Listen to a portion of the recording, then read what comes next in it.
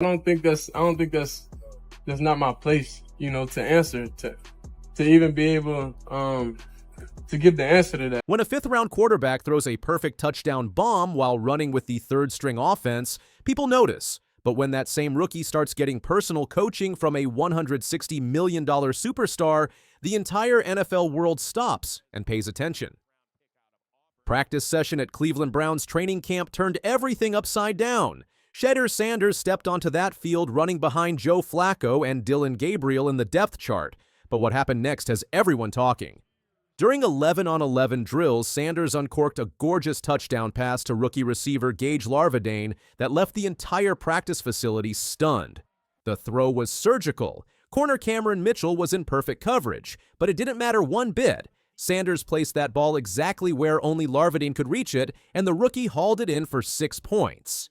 But here's what makes this moment absolutely crazy. Sanders did this while running with the second-team offense, getting limited reps as the third quarterback in the rotation. Kenny Pickett missed Monday's session with a hamstring injury, which pushed Sanders up from his usual fourth-string spot. Third string, minimal opportunities, maximum impact. The film breakdown shows everything you need to know about Sanders' development. He stepped up in the pocket under pressure, set his feet properly, and delivered a frozen rope that split the defense perfectly. This wasn't some lucky heave down the field. This was precision quarterbacking from a guy who's supposed to be fighting just to make the roster. Remember, Sanders fell from being a projected first-round pick all the way to 144th overall in the 5th round. Most people thought he'd struggle to even make the team. After Monday's practice, Jeudy shared some interesting intel about the quarterback competition. The Pro Bowl receiver said he's seen all the guys getting better each day, working toward their goals and doing what they're supposed to do on and off the field. But Jeudy's body language told a different story when he spoke to reporters.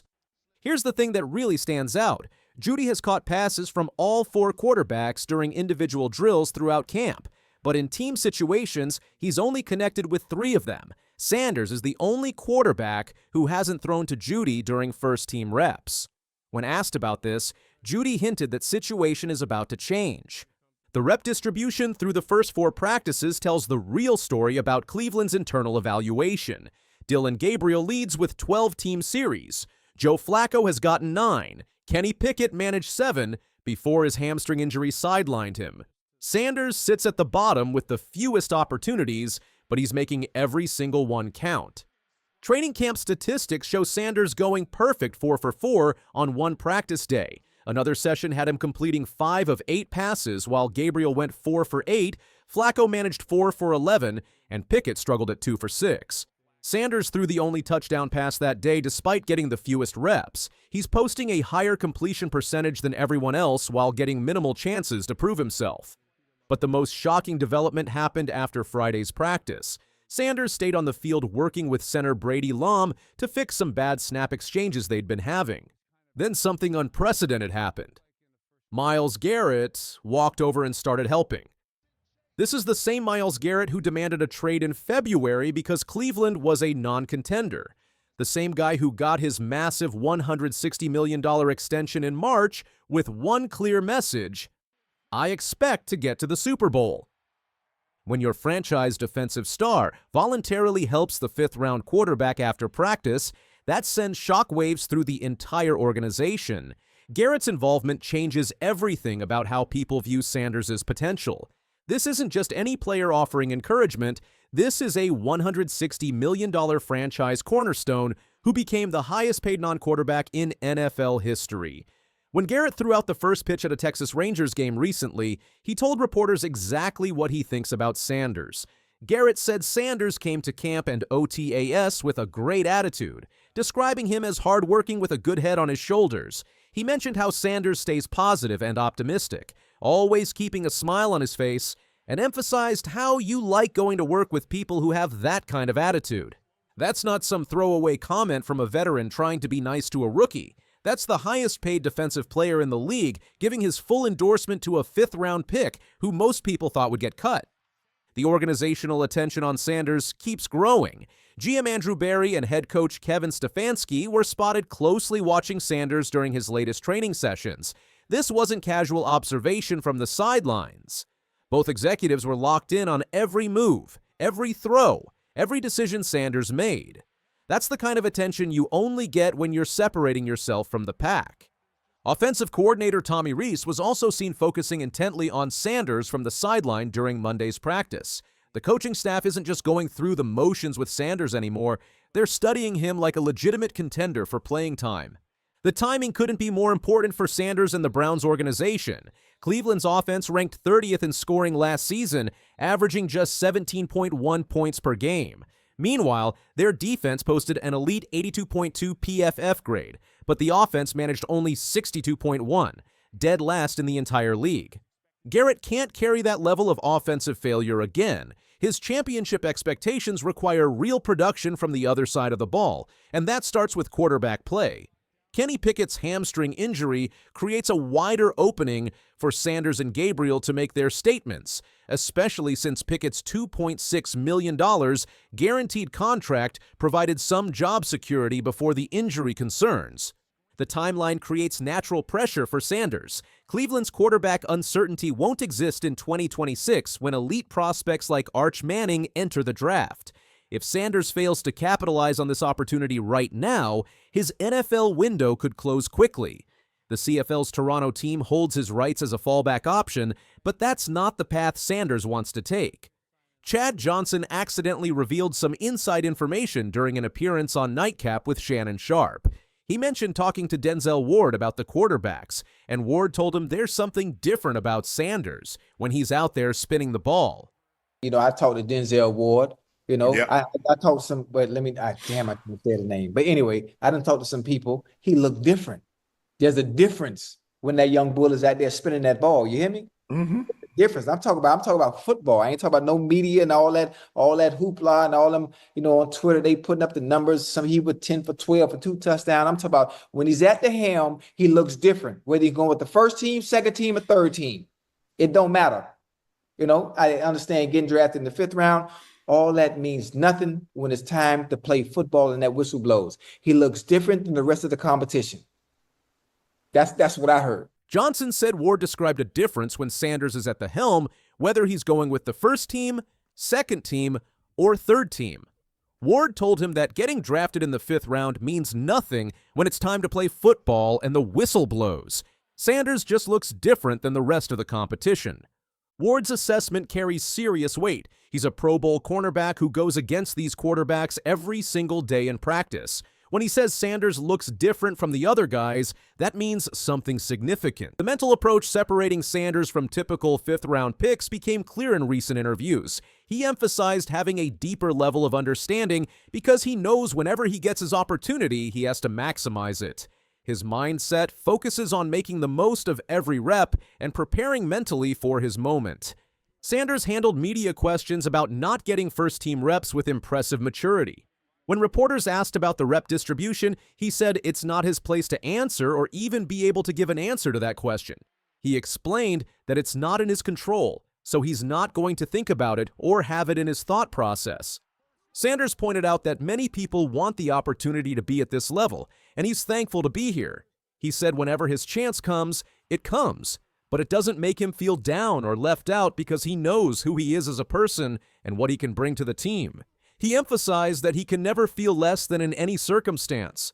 That response directly contradicts the narrative that Sanders would be a distraction or couldn't handle a backup role professionally. Browns legend Joe Thomas had told him to keep his mouth closed, but Sanders has handled every media situation with complete professionalism. Jerry Jeudy's assessment of the quarterback room reveals growing confidence in the entire group. Jeudy said there's more than enough time to solve the quarterback question, pointing out that they're only on day 4, but have 30 to 40 days left until the real season starts.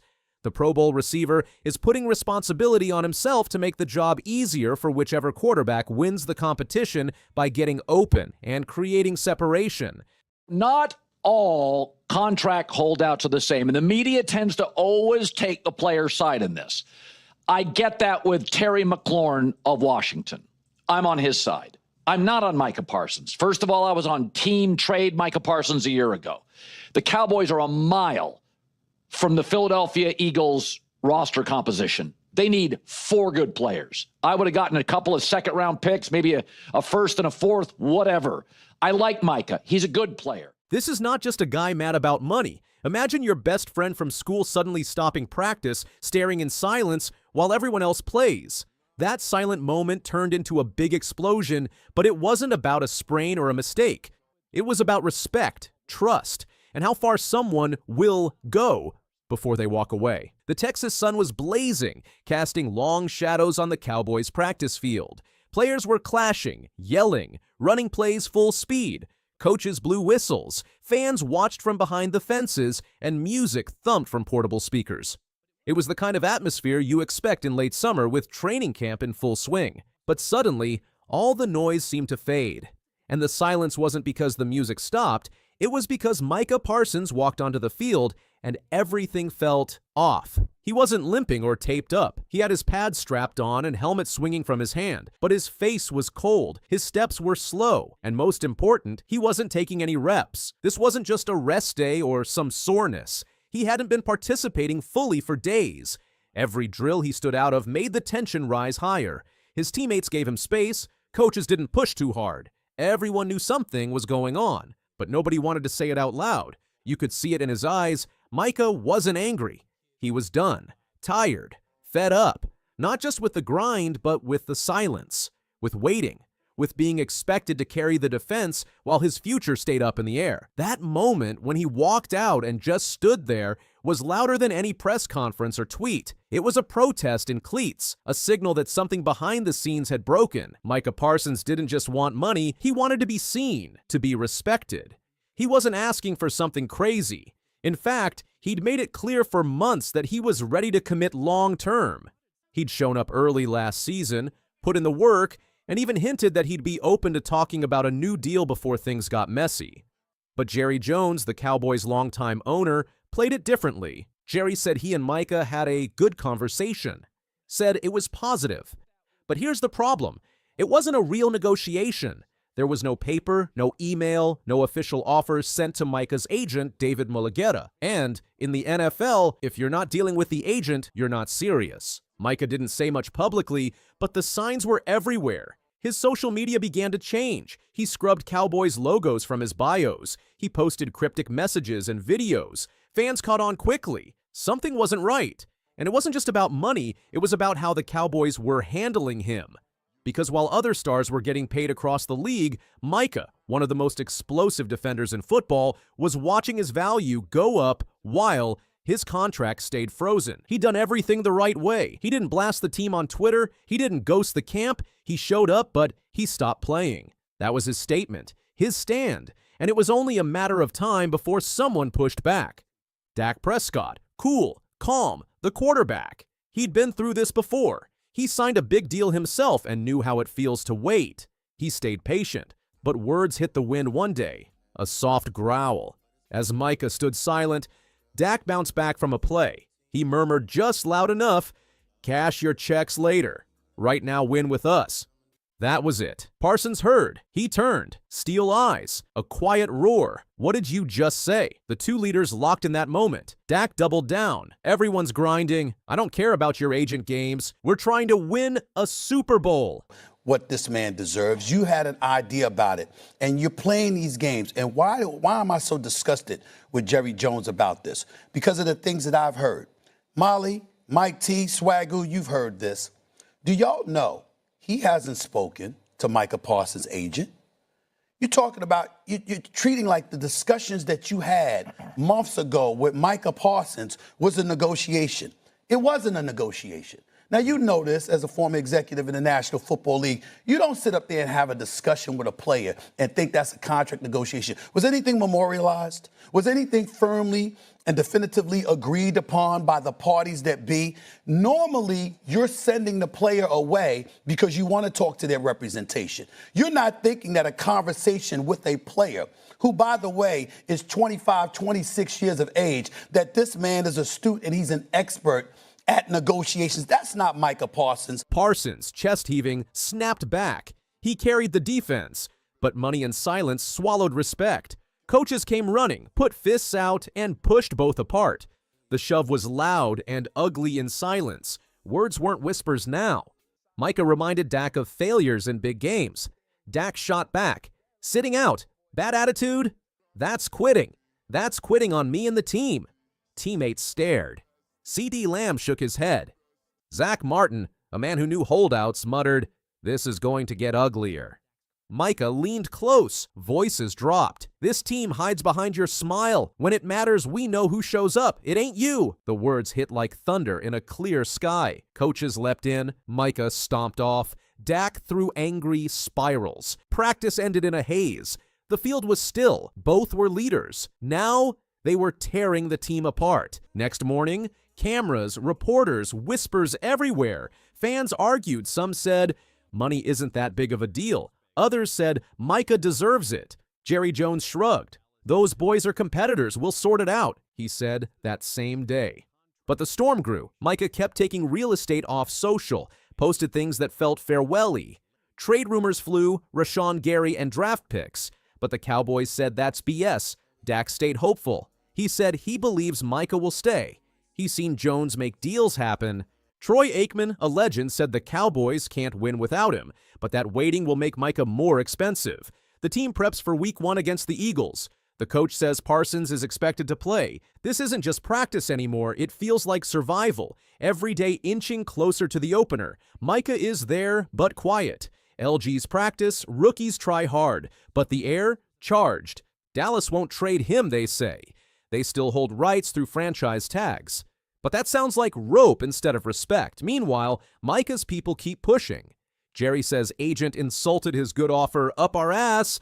Mulugeta denies it through Ryan Clark, calling it false. Dak tries to be the glue. He says camp friction is normal, but he holds hope that Micah stays just like he sees it as a piece of his own future. What happened in that training camp wasn't just a clash between two teammates. It was the moment years of tension inside the Cowboys' locker room boiled over. Micah Parsons stood still because he'd had enough. Dak Prescott spoke up because he couldn't take the silence anymore. And Jerry Jones? He played the same game he's played for decades, waiting, negotiating late, and hoping loyalty would hold everything together.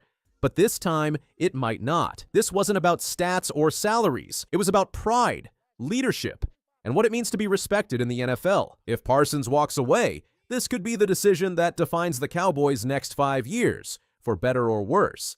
But if they find a way to rebuild the trust, pay Micah what he's worth, and bring the team back together, they just might still have time to chase the trophy that's been slipping from their hands for nearly 3 decades. Because now, it's not about winning games, it's about saving the soul of the Dallas Cowboys. I mean, he's funny, he's optimistic, lighthearted, but he works hard. You know, he takes it seriously, his craft, and he's watching what the others are doing, and you know, doing it his own way in which only he can. So, you know, looking forward to see him, you know, during these preseason games, and you know, how he manages the offense. But you know, I think he looks good. So Shedeur Sanders, Kevin Stefanski, they've had all sorts of quarterback injuries. He's going to start Friday.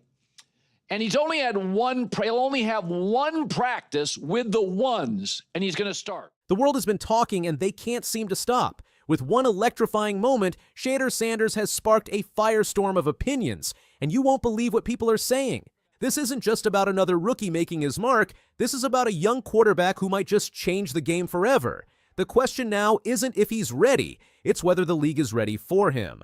The final day of training camp before the preseason kicked off was nothing short of spectacular, and all eyes were on one man, Shedeur Sanders. The young quarterback, known for his poise and presence, had already made an impression earlier in the week, but this day, it felt different. It was like everyone was waiting for him to show something truly special, something that would prove all the hype was more than just talk. And sure enough, he did.